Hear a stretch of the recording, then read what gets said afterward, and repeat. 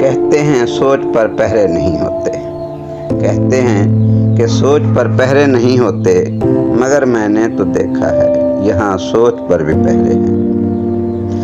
خوف کا جبر اس قدر ہے کہ سوچ سے بھی ڈر لگتا ہے، اگر سوچ بھی لوں تو اسے بیان نہیں کر سکتا۔ تو سوچ بیان کے بغیر کیا ہے؟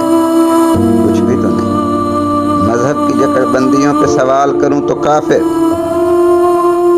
سماج کی ناانصافی پہ سوال اٹھاؤں تو باغی، غدار اور نہ جانے کیا۔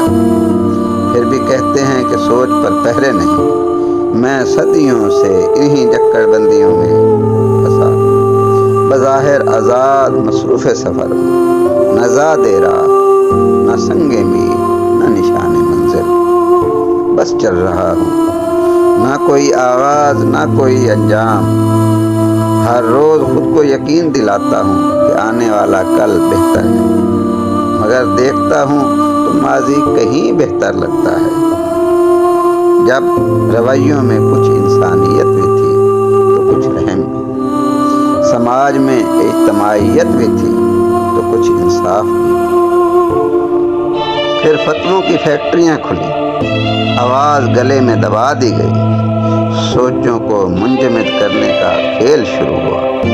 یوں قرۃ العین حیدر، عصمت چغتائی، فیض احمد فراز کے ساتھ سینکڑوں آوازیں ملک بدر ہوئیں۔ غدار ٹھہری، منٹو کافر ہو گیا، جالب سڑکوں پر گھسیٹا گیا، پھر بھی کہتے ہیں سوچ پر پہرے نہیں۔ یہ صدیوں سے، ہزاروں سالوں سے میں سہ رہا ہوں، چپ ہوں، کیونکہ زبان کی تحریک وبال جان سے بڑھ کر ہے۔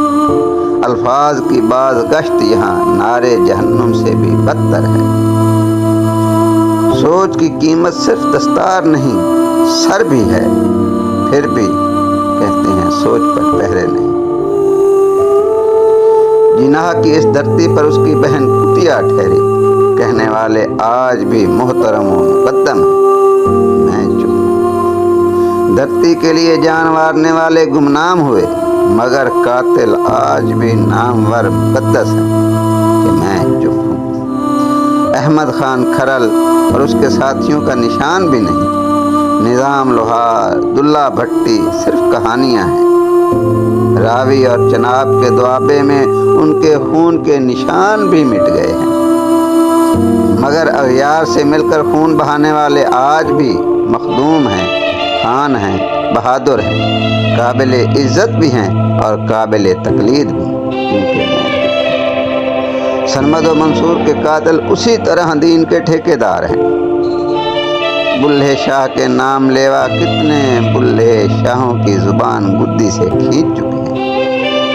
فیض فراز جالب کے پڑھنے والے آج بھی فیض فراز کی زبان بندی کے خواہشمند ہیں، مگر میں چپ ہوں۔